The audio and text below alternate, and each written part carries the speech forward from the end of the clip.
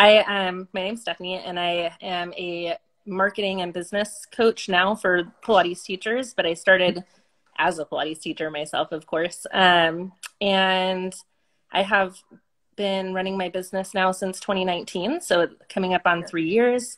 And it's just been really awesome because I think that it was something that was kind of missing in the Pilates world when I started it a couple of years ago. I know it was something that I was missing as a teacher, and I was thankful that I had a background in marketing that really helped me to understand how to put myself out there a little bit more so that I could get clients and build my reputation and all of that. So that's what I have. Hi, Clea. That's what I've been doing for now the last 3 years. And I started in Pilates as a teacher in 2014, but my history goes back a little bit further to when I was in college. I was a dance major, the typical like dance to Pilates transition. Right. And injury story in there somewhere too?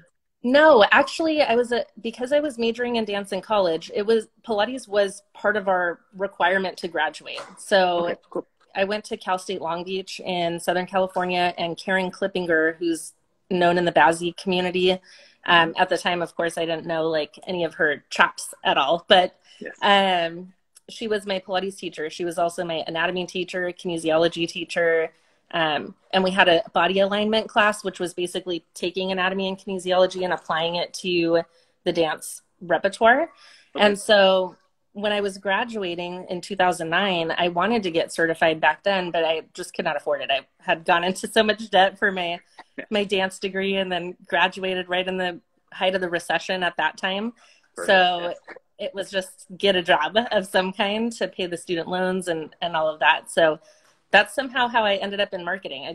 It was a random job opportunity that I took, and circled back a couple of years later to get my Pilates certification because I was like, I need to move my body. And yeah, absolutely. Yeah. So what were you doing in the marketing space? Just seeing how it impacts your Pilates now. Just out of curiosity, how was that? Yeah, it was interesting. My first job was telemarketing, which I don't recommend to anybody. But it was really good learning experience of sales, of like what to do and what not to do. And then how to handle rejection. Definitely. So it made you gave me a little thick skin, so to speak.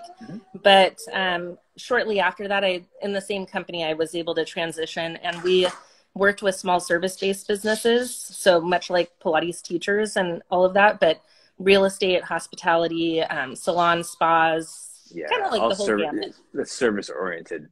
Exactly. So I did marketing coaching at that time. So I was just teaching like principles of marketing and all of that. And so when I became a teacher, I obviously applied a lot of those things and really kind of branded myself to help a certain type of client rather than help everybody. Although I had a lot of clients that skewed across the board, of course, but, and so in 2019, when I needed to, it's funny because I needed to just make a little bit of extra money for childcare. So I was like, let me just, try to help some Pilates teachers with marketing. And then it just kind of like took off and grew from there. Let me help her for just a second. Sure. Yeah. If any of you in the chat have any questions, feel free to throw those questions in there as well. I love hearing the origin story, and I'm just talking, singing, dancing while Stephanie's doing that. I love hearing the origin story, right? Because like it really does influence. And sorry, what's the word I'm looking for? Inform. That's what we're looking for. Inform the way that we approach our Pilates, right? Like I was saying for new teachers at the beginning. So now as a marketing person, you were recognizing that this coaching was helping other people in other service industries to do it. And now you're in the service industry recognizing that there's a gap. Yeah, exactly. Yeah. So that is a lot of what I talk with the clients that I work with and in the content that I put out too for Pilates teachers is that we all fill a gap of some sort. And so just identifying what that is for us as teachers can really help us to find our voice a little bit more and get ourselves out there and feel a little bit more comfortable, because I don't know. I think that, and not talking bad about the industry because I don't think any of it was intentional, but I think that somewhere along the line, going through teacher training and everything and coming out and having to do a lot of hours for free and all of this stuff to like build up to feel like you're good enough to take your certification exam, to then start working with clients that are paying you and all of that. I think it really creates this self-doubt that probably a lot of us struggle with anyway, just as humans. But it kind of fosters and fuels that a little bit. And so when we get out and we start teaching, it's good to get experience with a lot of different clients, but it's much like you were talking about with your background and everything, that really pulls in and creates the transformation that you uniquely can provide to the clients that you work with. And so all marketing is being able to talk about that transformation that you're providing to people.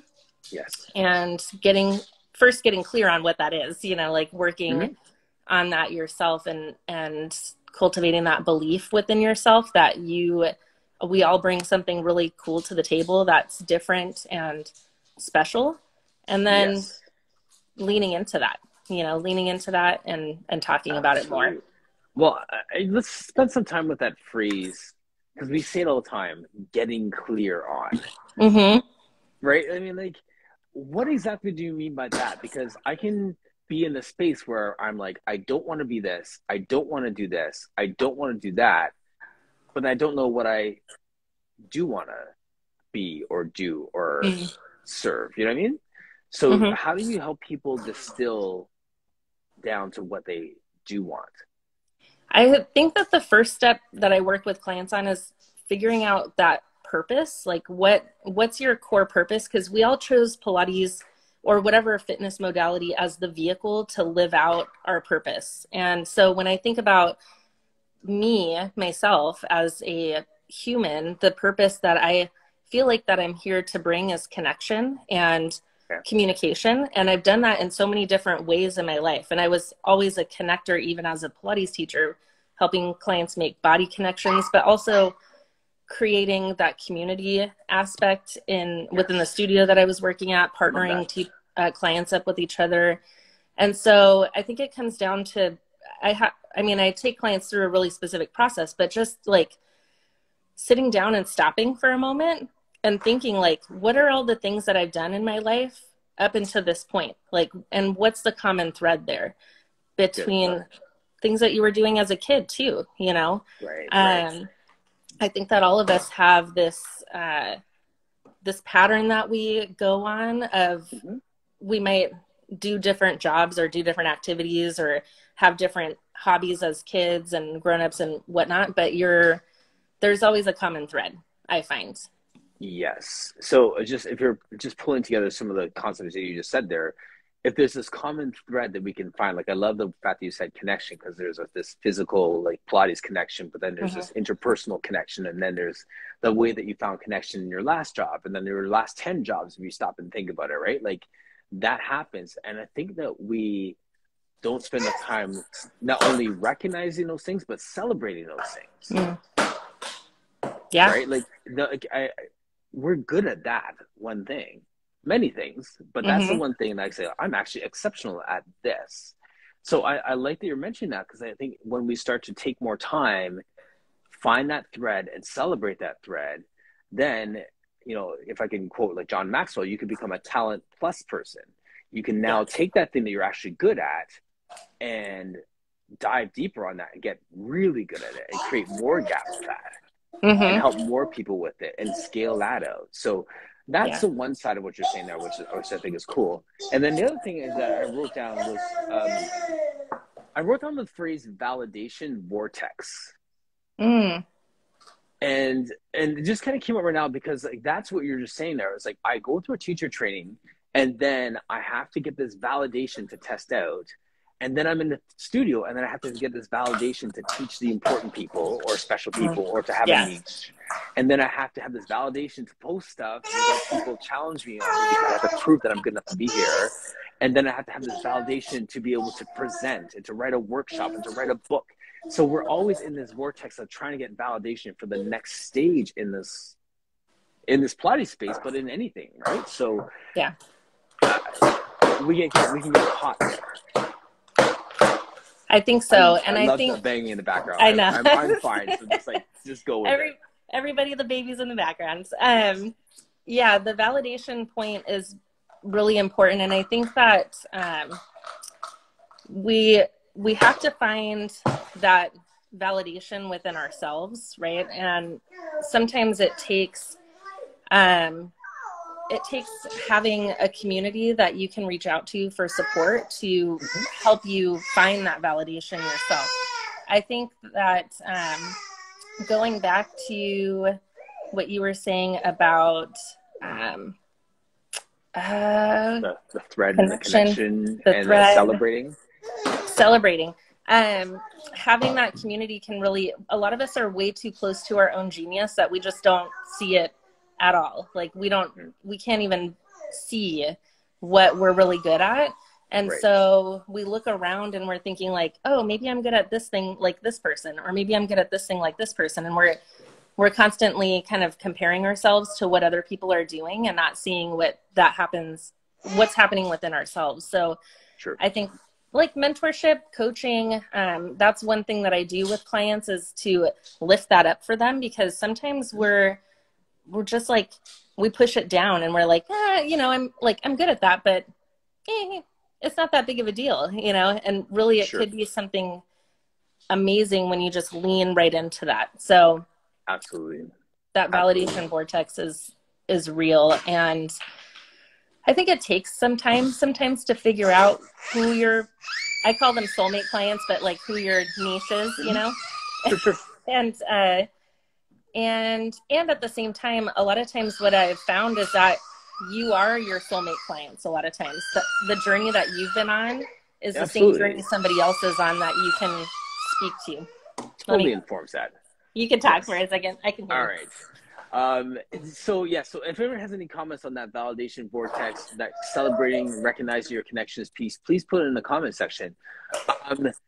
And I was going to say too, with that, like what Stephanie just said about the fact that our person is ourself. It's our lived experience. It's the things that we've experienced that inform how we help others. That's like a life hack, right? For that person who is stuck, to be able to hear their story and be like, oh, okay, not give them the answers, but be like, okay, have you thought about this? Have you looked at this? Ask different questions that are going to kind of pierce right to the core of what you're talking about, right? Yeah.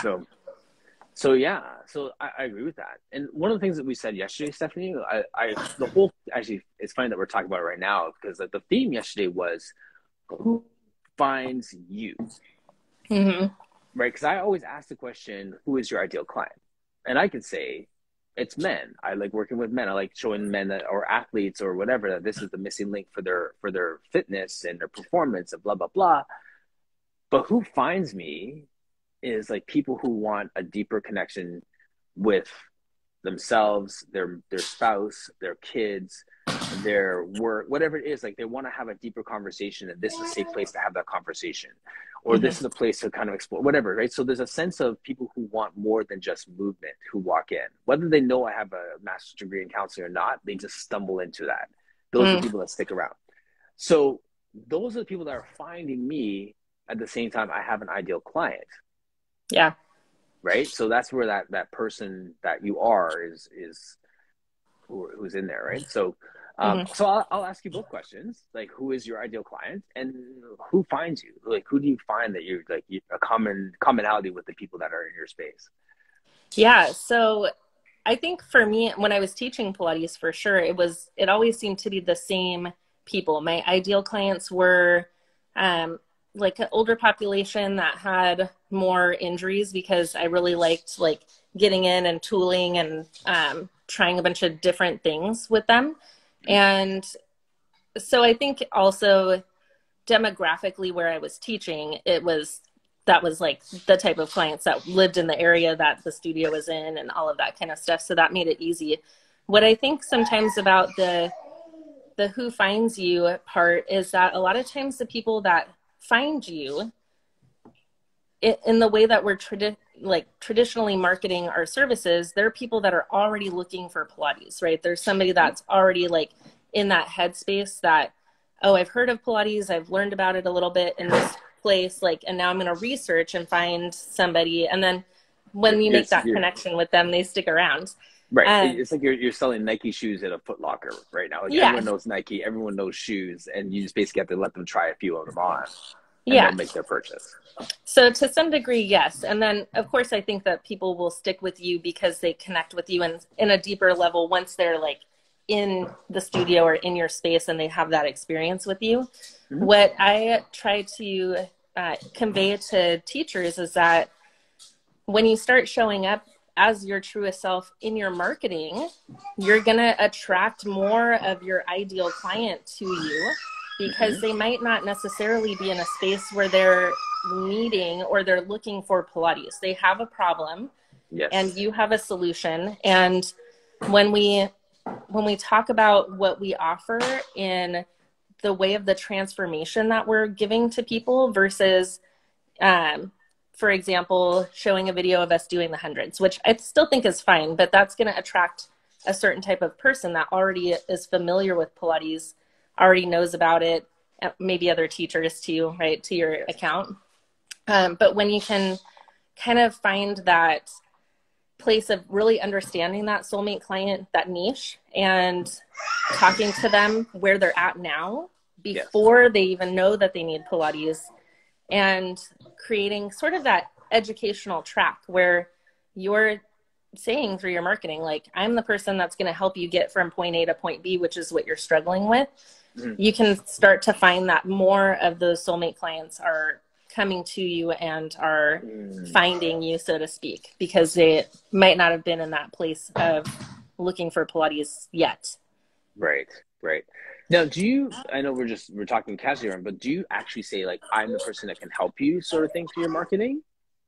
I think so. And so this is like a piece where, you know, Pilates is for everybody, but we don't have to be for everybody, right? Like, and we all have that niche. So I think that the communication comes down to, she wants to be in the video now. First. Hello. Hello. I think that the communication comes down to, when you're putting content out, when you're like creating marketing messaging that's designed for a specific person, like very easy idea would be like moms that have young kids that don't have time to work out. Right. Or they want to get back to vitality. They want to feel healthier. They want to feel more connected to themselves. When you start talking about that in your marketing, you can start to say things like, I am the person that can help you, or I can refer you to somebody that I know can help you better. And that brings us into a community with each other as teachers, where we're not feeling like we need to be competing with each other, but instead we can understand that we all have our special gifts, and if we're not serving somebody in the best way, we can release them and let them go and help them find somebody else that's going to be more aligned with them. I love that. And that's the thing. Like, if you're confident in who you are, and hopefully the people around you are confident in who they are, then this client can find the best person for them. Because, you know, obviously I'm not trying to be you and you're not trying to be me. So they can find what they're looking for in the middle of that. Yeah. My client, who's a psychologist, he says it this way, and I liked how he presented it. He's talking to some people, whatever the context is, and he would say, I believe that I can help you. You may not believe that I can help you, but I believe that I can help you. So instead of putting this promise and expectation out there, he's inviting them to believe that he can help them as well. And it's a subtle word difference, but it's powerful. Yeah. So I always remember that. So anyway, for sure. Yeah, no, and I agree with you. I guess maybe I was missing the nuance of the language too, but yeah.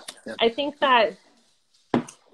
some of the work too, some of the work that we do as teachers is help clients believe in themselves too, right? Like we facilitate through the work that we do the belief in the client that they can accomplish the thing, right? That it's not that we have some of the tools that they don't have, right? We have 10% more knowledge than they have about this specific area of study, maybe more than 10%, but that through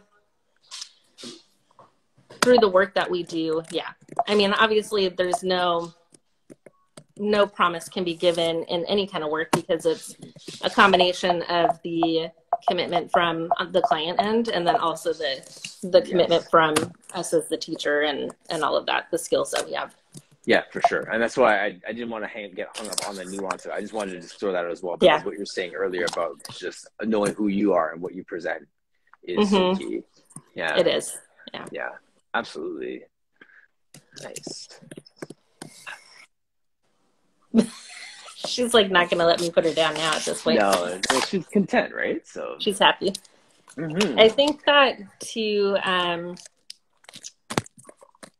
in that same vein of believing in, or clients, clients believing in themselves, you know, it all kind of ties back together because as a whole, there is, and I don't know, I think that a lot has changed in the last couple of years. I think people have been doing more of the work internally to find their belief system, to find their voice, to find like the things that are connecting them back to themselves more. And so there's been a lot of growth in that area, I think, for everybody. And I think we have such an opportunity to continue that. Absolutely. I wanted to spend some more time on the truest self piece, but before I do that, what made you decide to take the leap out of Pilates and into marketing to Pilates? So I think that for me, that leap happened just kind of organically because I had been helping a lot of the studios that I worked at with the marketing anyway, behind the scenes and whatnot. And so when I just was at this place where I physically couldn't teach any more hours because of having little kids and all of that, I was like, what can I do from home that would allow me some more flexibility? And that's kind of where the idea even started, was just, it was just born out of being burnt out and not being able to teach anymore at that point. And the online space just offered so much of that flexibility for me at the time. And that was, I guess, what motivated it. It's hard to say because it just was like, I feel like the idea just was like, bing, you know what I mean? Like, for sure. So I had these skills, and then one day I was like, oh, let me just put that together. That seems to make sense. Sure. Was there somebody that was saying like, you should just like go in this direction? Like, was there someone who was kind of just like cheering you on to make that pivot? Or was it? I think like my husband has always been really supportive of like all my crazy ideas. And so he was, I think, was kind of part of the like, well, yeah, why don't you just like do some marketing consulting or, you know, that kind of thing. And I was like, oh yeah, but who would I do it for? Like, I don't, you know, I wasn't super passionate about helping like salons and like tech companies. It was kind of like, meh. But I was freelancing for a long time.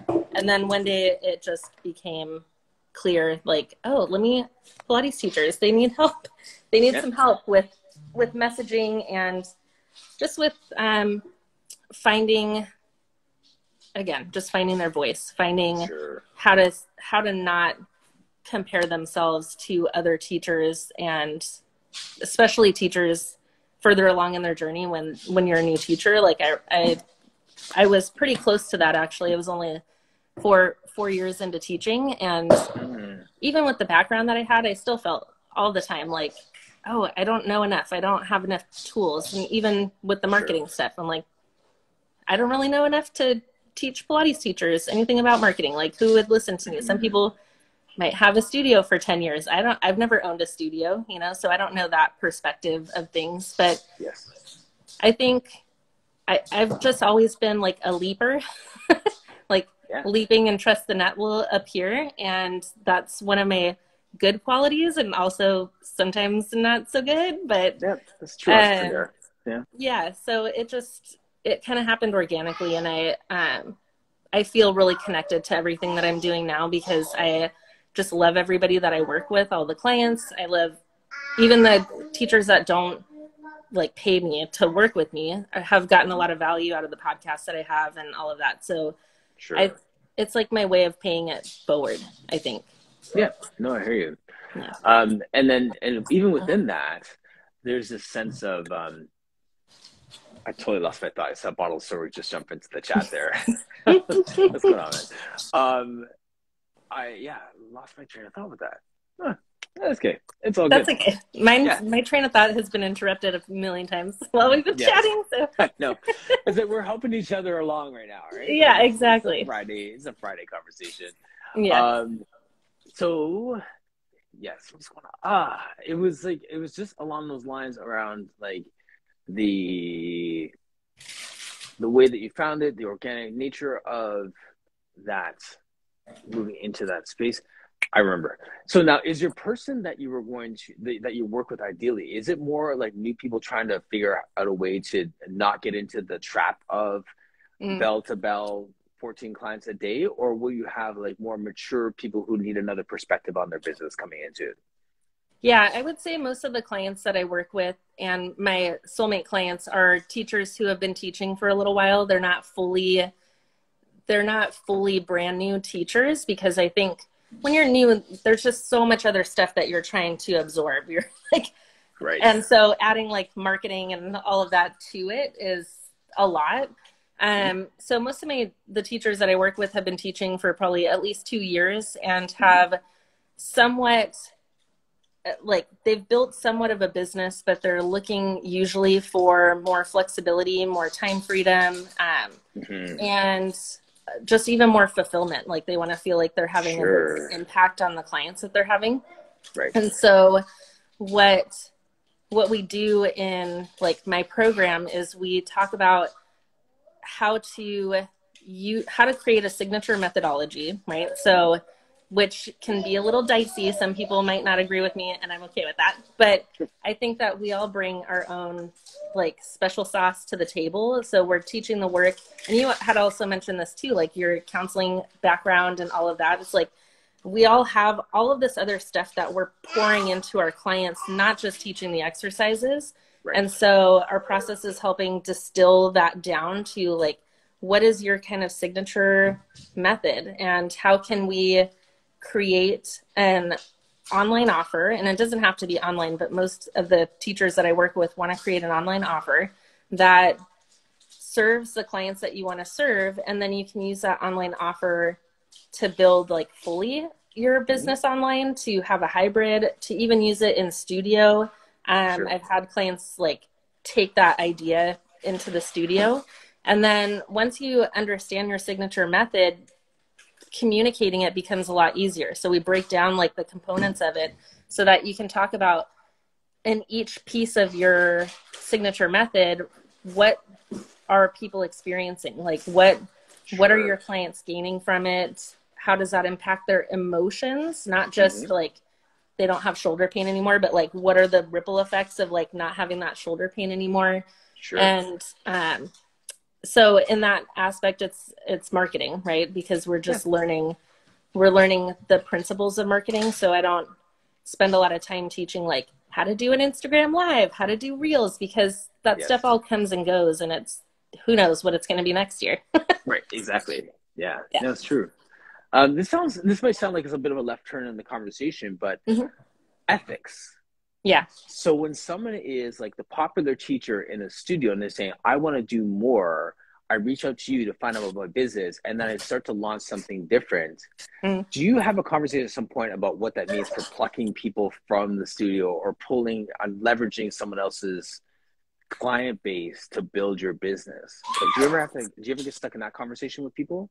Not necessarily. I don't know about, I would say that most of the clients that I work with, the new clients that they're bringing into online offers and stuff, a lot of times are either they're already their clients or are people that are completely new to them. So most teachers that I work with already have that ethical idea of like, I'm not going to just like come steal all of these clients from the studio or poach people and whatnot. So I don't think there's a direct conversation, but most people are not like following through with that. And I think have that belief of if a client really like wants to come over and work with me, like that's on them to reach out to me, but I'm not going to be like selling this offer to like all of my clients in the studio behind the scenes where I'm not like forthright and forthcoming with that.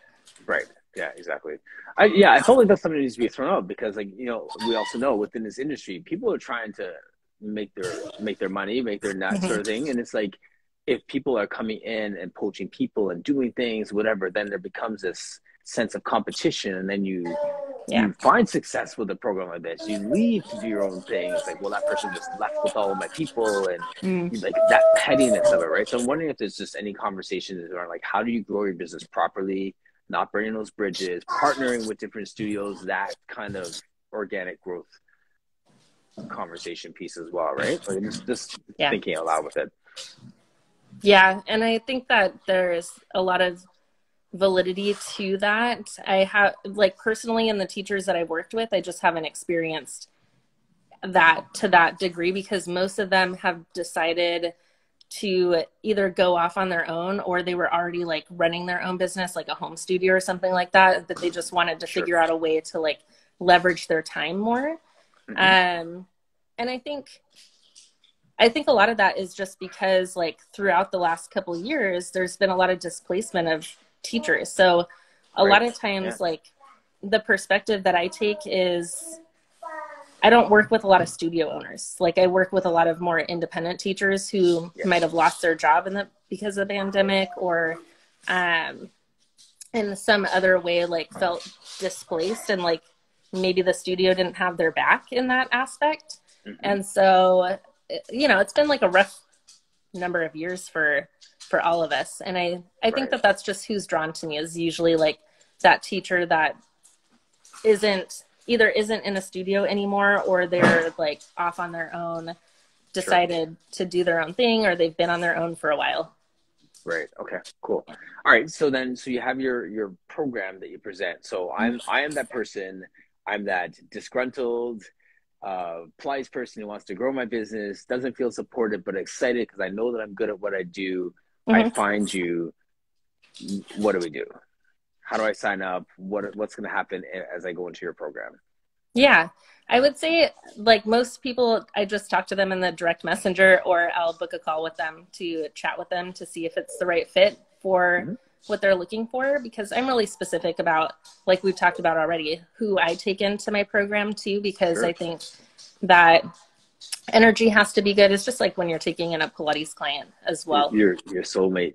The soulmate client. Exactly. And I make sure that like ethically, we are going to be able to like help to facilitate the creation of what they're looking for. Because I think sometimes if you're not necessarily in that place where you're ready for this next step, then I'm not the kind of person that's going to like, oh yeah, still come into the program and not be able to support you in the way that you need it. Yes.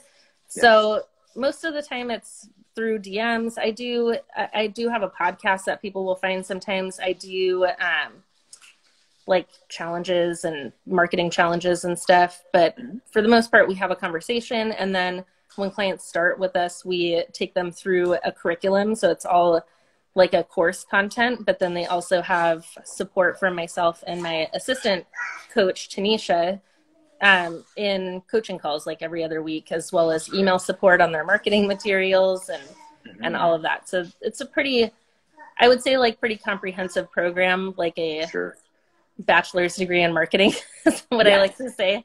And that's pretty much the process. At the end of it, the idea is that they have their signature offer. So we help them create an offer, and they've launched it into the world, and they've put it out there. Even if it's not perfect and beautiful and all of that, we focus on just that, the action taking and the implementation, because you learn a lot from not getting stuck in trying to create something fully up front that you haven't put out there yet.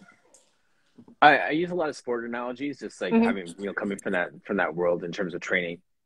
And it's like training someone for an Ironman. Like, it's a win to get to the start line. Yes. Yep. That's exactly you know what I mean? So if you can get someone to the start line, then it's all good from there. Like, however the race goes, it goes. But you got here with your product at the start line. So how do we get you to that start line? Yeah. And that's I think the thing is the just overthinking, and it all circles back to the self-doubt and everything, right? It circles back to like, I don't know enough. I don't have enough skills. Maybe I should like learn more stuff before I could do this. And yes, like there's some like learning that goes into the creation of something too, but I'm a big proponent of taking that messy action and having the support. So like having other people that are doing the same thing is really helpful too. So any teachers that are out there that are wanting to like create a course, like there's actually a lot of teachers that want to do that. So find a couple friends and like do it together, you know, so that you can kind of hold each other accountable. But most of my clients will only create a week or two of their programs before we start putting it out into the world, which is very uncomfortable for a lot of teachers, because they're like, I have to have the whole thing done. It's got to be done and polished and exactly. Nice bow on it, everything. Yeah. I need a new camera to film. I'm like, no, just use your phone. You know, because at the end of the day, from the client perspective, they're not looking for professional studio quality. And most of us cannot compete with, you know, companies that rhyme with schmeleton and other companies that have like millions of dollars to produce things, right? We have like our phone and a computer if we're lucky. And yeah. So Okay. So and real talk, because I know this has been me in the past, like the quality excuse, the polished products excuse, all those things at the end of the day really are just distractions and delays. Exactly. So I'm postponing putting it out until I have. Yes. So I love that messy action with support piece. I'm exactly there, because I still sometimes do the same thing. Like when I was getting ready to put the podcast out, I was going to launch it like 3 or 4 months before. And I was like, I'm not ready. I can't start recording yet. I don't have my microphone. So I think that like I'm living through some of the stuff myself that I'm constantly working on, and I have support for me, you know, that helps push me through stuff. And so I think it feels better to know like we all do it. For sure. I call it a resistance. It's like a resistance to that next thing, because sometimes we're afraid of failing. And we attach like that to our worthiness. We say like, oh, nobody bought it the first time, that means I suck, you know? Or some of us are afraid of success, because we think if we have more success now, we're going to be busier and we're going to have less time, and we're going to like all of these negative side effects to having more success too. We're going to hit a peak and then not be able to deliver and crash horribly. Exactly. Yeah. So I think that a lot of times the teachers that have come through my program and even graduated, they have a lot of the tools that they need to continue on in a way that works for them, and continue to pivot too, right? Because we're all tired of pivoting, but somehow we're still doing it multiple times. So exactly. Yeah, no, that's good stuff. I like that. I mean, we're always learning. So I mean, if you use the excuse of when I learned this, it's like, but if any Pilates instructor worth their salt is always learning. So you're never at a place of arriving in your learning to do these things, right? So just jump now, learn on the fly, and go with it with that support. It's there.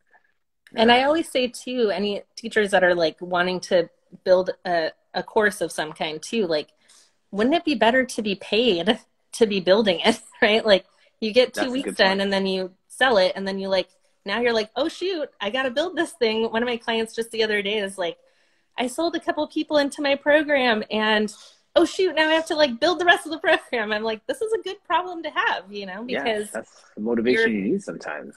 Yeah. And you're creating the thing that you want, right? You're getting it done faster than you probably would have if you waited until you made the thing perfect and all of that. So I always say that, like, in anything, like if you want to open a studio, if you want to like have a home studio, whatever it is, like, the sooner you start, the sooner you're going to get the traction that you ultimately want, because putting it off is just delaying those results longer.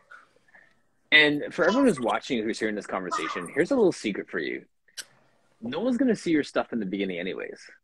So you may as well put it out there and make your adjustments and like fine tune it and get your friends and family to give you some feedback on how to make it better. So by the time you have that traction, you've already got a lot of reps in underneath you. Yeah. And then it, like, when they're seeing it for the first time, it looks that much more polished because you practice it with a small audience. Mm-hmm. That's perfect. It's the same thing with the marketing, the program, but your marketing message and all of that too is just like, you know, if you first do a Facebook Live or Instagram Live or whatever, you might have one person watching or nobody watching or whatever, but getting that practice is so important, because it's already scary to like get on a camera and talk to your own face. Like, nobody's out there in the ethernet. Right. Yeah. And even for me, like, when I started this business and I started doing more Facebook Lives and Instagram Lives, like, I was terrified because I'm not really a public speaker person. I mean, teaching Pilates helped me like come out of my shell more, but I looked back at my first video the other day and I'm like, I could tell I'm shaking, like I'm physically shaking in the video, you know? Yeah. And so when some of my clients are like, oh, how are you so poised or calm or collected when you do these? I'm like, because I got my reps in. I did it when nobody was watching, nobody was paying attention to me. I was just this little girl like over here talking about marketing, and I just kept going is the thing. Right. Yeah. Just keep going. Keep swimming. Just keep swimming. Yes, that's your world right now. So for you, Martin, your how has the pandemic kind of affected how you're running your business? You know, it's funny. I have like almost like 2 COVID babies, right? Because I had a contract with the city, and I was doing that as a rec programmer while doing some personal training and Pilates on the side.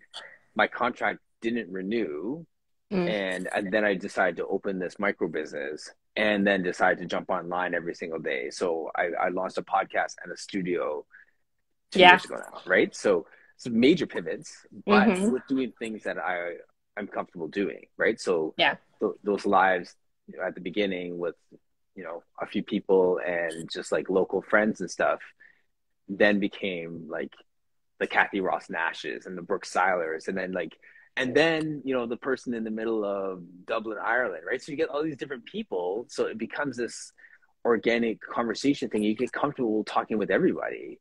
And then you just keep going with it. So it's been fun to just listen to people's stories. And like I said before you came on, whether you've been teaching for 2 weeks or for, you know, 22 years, everyone has a story to share. So like just giving people a platform to share their story has been fantastic. And then the studio, I just bought some equipment and just dove deep on, you know, what I was doing on the side. So the pivot was just doing more of what I was already doing and just really like leaning into that and distilling my message in terms of who I wanted in here and how I wanted to grow it and that sort of thing. How did you keep that that like internal drive to keep going when things were like up and down and sideways and all over the place? That's a good question. You know, I felt like this was my time to catch up, because a lot of people stopped. They shut down, like they were burnt out already. So if you have an excuse to stop working for 2 months because the world shut down for 2 months, which turned into 3, depending on where you live, may have been longer. I was like, sweet, I can make up some ground while everyone's sleeping, right? So I was motivated to do more and be visible more and elevate my brand and my business and my space while the rest of the world was sleeping. So I was in a catch-up mode. Yeah. in that way. And that was my motivator, because I always feel like I'm just competitive in that way. So it's like, okay, well, you're going to take your rest. I'm going to get a lap on you while you're resting in a pit stop. I love that. So, yeah. Yeah, I love that. That's kind of like, that was kind of what I was doing too, because I had started my business in, I think it was August of 2019. And that period of time was the time where it was just like I had 2 or 3 clients and it was great. And then as soon as the pandemic hit, I was like, oh my gosh, this is where everybody needs like support right now. And they have more time to think about like, how do I want to resurface out of this and all of that. Yes. And so I think that's like perfectly said, because for a lot of teachers listening is, where's that area of opportunity for you, and Right. how can you find what makes you special that nobody else is talking about right now? And you don't really even need to worry about no, baby, not right now. You don't have to worry about everybody else, right? Because there's so many people. Before the pandemic, there were so many studios. I was from San Diego, and we had, Club Pilates on every corner, and then like other studios. So there was just like studios everywhere, and somehow they all had clients, So that's what I say is, in the online space, it's the same thing. Or even if you're marketing a brick and mortar studio, it's the same thing. There's still plenty of clients, but we just have to show up and make sure that they know that we're there, Exactly. And there's enough people on the planet that it's far from saturated, right? So exactly. Yeah. But yeah, no, it's good. Is that our time bomb going off there? Or? That is. All right. We're at 57 too. It's been a quick conversation too. That felt really fast. Yeah. Yeah. But yeah, I appreciate that, Stephanie. Like, just like, and for everyone who's watching, I hope that you're inspired to just go for it, to just jump in and not wait till it's polished and perfect, and to put your truest self out there. But all that stuff is so good, and I hope that people can just find a bit of courage to try that once, and then feel that it wasn't as bad as they thought. Right, exactly. That's my hope also, because we all have such amazing gifts and talents, and the world just needs to see it. Yep, absolutely. I'm just reading this comment here real quick. I'm teaching a free hybrid mat Pilates class this Sunday, sponsored by Lululemon. Amazing. Ooh. Okay, and actually, Robin, if you could put that in the comment section after, I can screenshot it here. And then, and when I put the replay up, so people can find it, that'd be great. And that's it. I love using this space to just, if you're doing something, put it out there. Like, let's, I'll repost it on my stories and point people to it, so you can get, one more person in your class, your group. That'd be amazing. Mm-hmm. Cool. So cool. Thank you, Martin. Yeah, no problem. Feel free to just I'll tag you so you can grab whatever sound bites you want out of this for your people to hear your origin story and how you got to this, because it's always fun for people to understand that part of your game, right? So yeah, totally. Nice. All right, thank you so much for your time. How do I sign off? Actually, there's the X in the top right corner, and I'm going to sign us off right now too. So okay. Awesome. All right, thank you, Thanks, everyone Martin. who joined us, and thank you so much, Stephanie. Take care.